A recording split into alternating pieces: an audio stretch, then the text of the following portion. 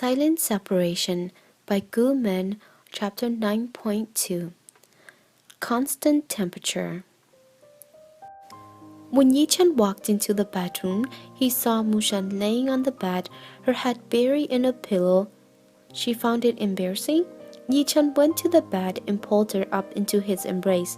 "Didn't you say you wouldn't be back until tomorrow?" "Yes, but we finished early, so I came back before everyone else." "Why?" "Why what?" Mushan immediately changed the subject, muttering, "Xiaohan will complain because I didn't help her buy everything she wanted."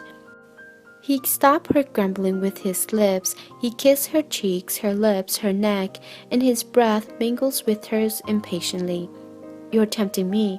The great Loi He, who has just taken advantage of her, was announcing her crime. His deep and low voice sounded partly lovely, partly resentful. Mushan opened her eyes wide as this was a serious accusation. "How can that be? You're wearing my pajamas." "Your pajamas were in the bathroom and I forgot to bring mine in. Then I forgot to change back." Mushan was anxious, so she sounded a little incoherent and upset. She felt remorse over her carelessness.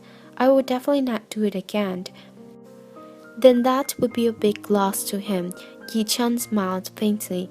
"Get up and go eat." "With the people outside?" Mushan shook her head. "No." Yichen did not say anything farther. Mushan guiltily gave an excuse. "I'm tired from my flight." "You can eat and then go sleep." The second excuse, "I don't know them." "In the future, you have to know them," Yichen coaxed.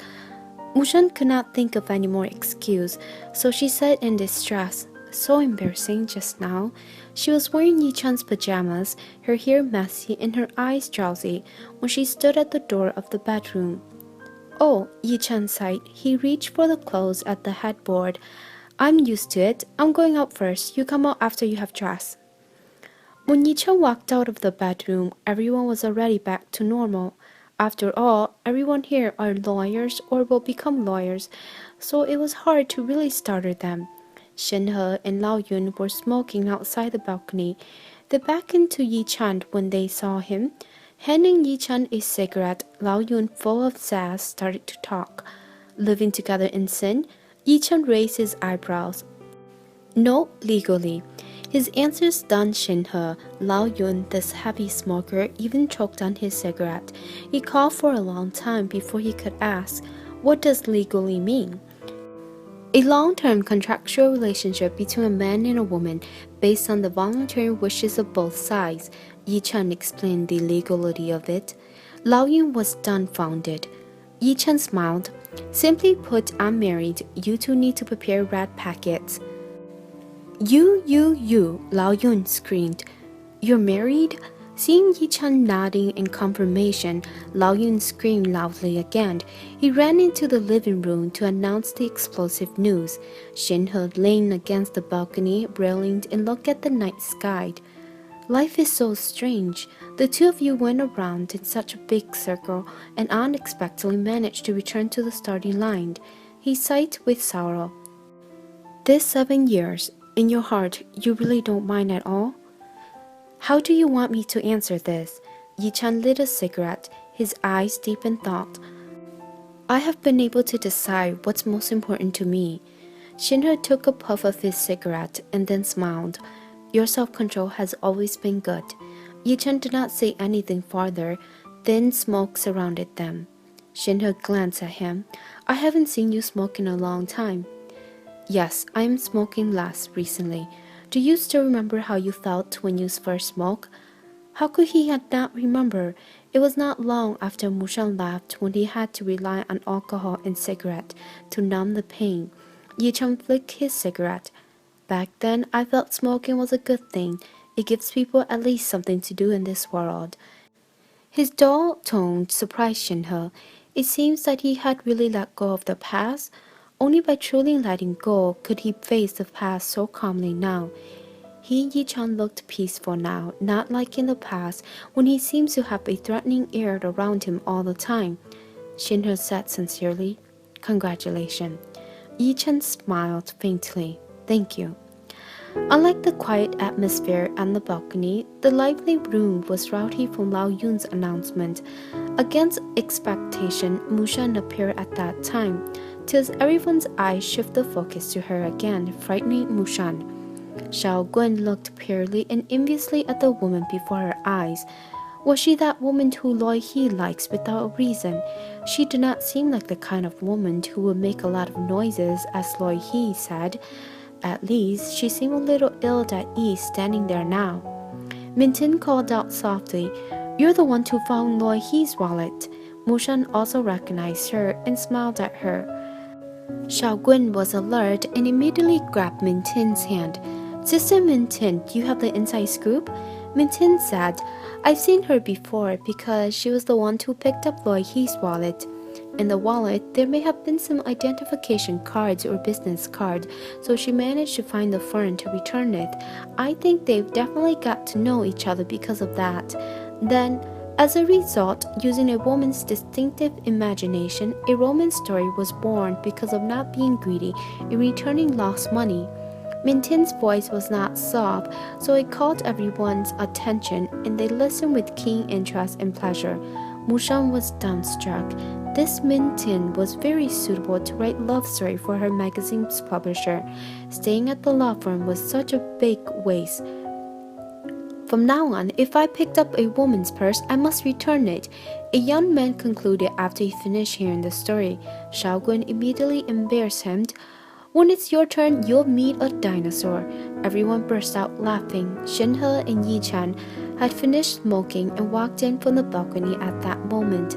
Taking advantage of the jovial atmosphere, everyone shouted, "If Loi He confesses, we will be lenient, and if he resists, punishment awaits. You have the right to remain silent. Anything you say can and will be used against you in a court of law." What was going on? Could it be that these future talents of the legal profession also watched too much Hong Kong cops and rubber movies when growing up? Yichen laughed. "All right, I will confess. Can I explain and eat at the same time?" Of course, the great Loi He would never actually confess much. Everyone did not really dare to pressure him. Hence, they quickly shifted their enthusiasm to attacking the steaming hot pot instead. They ate and chatted happily until past 9 before leaving. To avoid the curious glaze, Mushan continuously looked down and concentrated on eating. When Yichen returned after sending several female colleagues home, he saw Mushan, who had eaten her fill, laying on the sofa and not wanting to move at all.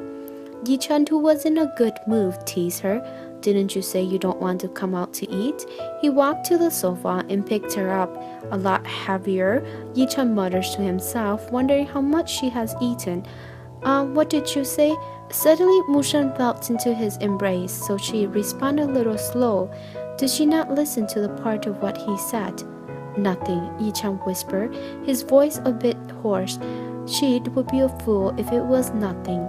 That night, Mushan finally understood what absent makes the heart grow fonder meant. The next few days, Yichen continuously received concerns from all sides. First, it was Lao Jun from the court. "Xiao He, when you said you were already married, I thought that was just an excuse. I did not expect you really got married. That is great. Now that you are married, my wife can rest and I can have a few peaceful days. By the way, don't forget to send me a wedding invitation." Then it was Fanju from the Procuratorate. "Is she the one I saw at KFC that day?" "I knew it on that day, just that I didn't expect you to move so fast. When is the wedding banquet?" After that was Loi Li from Lin He and so on, and this was the first time Yichen wholeheartedly admired Lao Yun's speed in spreading gossip. Probably everyone who went to C University and lived in A City also found out he got married. That afternoon, after sending off some regular clients, Lao Yun sat still on the sofa and asked Yichen, "When do you plan to have the wedding banquet?" "We'll think about it after the Lunar New Year, as I have not discussed with Mushan." "This is too late, as there are a few more months until the Lunar New Year. Best that it takes place after the university's centennial celebration. You need to do it earlier," Lao Yun said eagerly because he likes lively crowds. The university centennial celebration? Yichen flipped through his diaries, and sure enough, the 15th of the month would be the university centennial celebration. All this time, he had been very busy, so he had forgotten about this matter. I'll tell you about the date later. At that time, I would need to ask you to be my wedding witness, Yichen said with a smile. And although he has never said it out loud all these years, Yichen was very grateful to Lao Yun. If it were not for Lao Yun's background and enthusiastic, it was doubtful Yichen could be as successful as he was today. Okay, I'll be your witness, Lao Yun was happy. As long as I can save on giving you a rat packet, I would agree to being anything. As they were talking, a phone call came in. Lao Yun happily waved and went out. It was a call from a female editor at Sisu requesting an interview. When Ge Li mentioned it for the first time to Yichen, he rejected her request right away. Then remembered it was from Mushan's colleague. He feared his tone may be a little bit too stiff. Consequently, Ge Li did not mention this anymore. Currently, Yichen also tactfully declined. I'm sorry, Miss Tao, I don't think I'm suitable to be on the cover of a woman's magazine. Are you afraid it will affect your professional image? Actually, our magazine publisher wants to create a metropolitan single in a League Man series. We will write about your profession in an objective and a fair manner. I believe this will absolutely not harm your profession image. On this aspect, Loi He can take a look at the report done on Mr. Kang Nand in our previous edition. Tao Yichen kept on pursuing. Single? Yichen caught on to the important keywords and said gently, Miss Tao, I don't think I met your requirement because I just got married. Taking advantage of the other side's surprise at the sudden news, Yichen said a few more words of courtesy to express his regret and then hung up the phone. When he turned back to work, his phone beeped signaling an incoming message. The short message was from Mushan.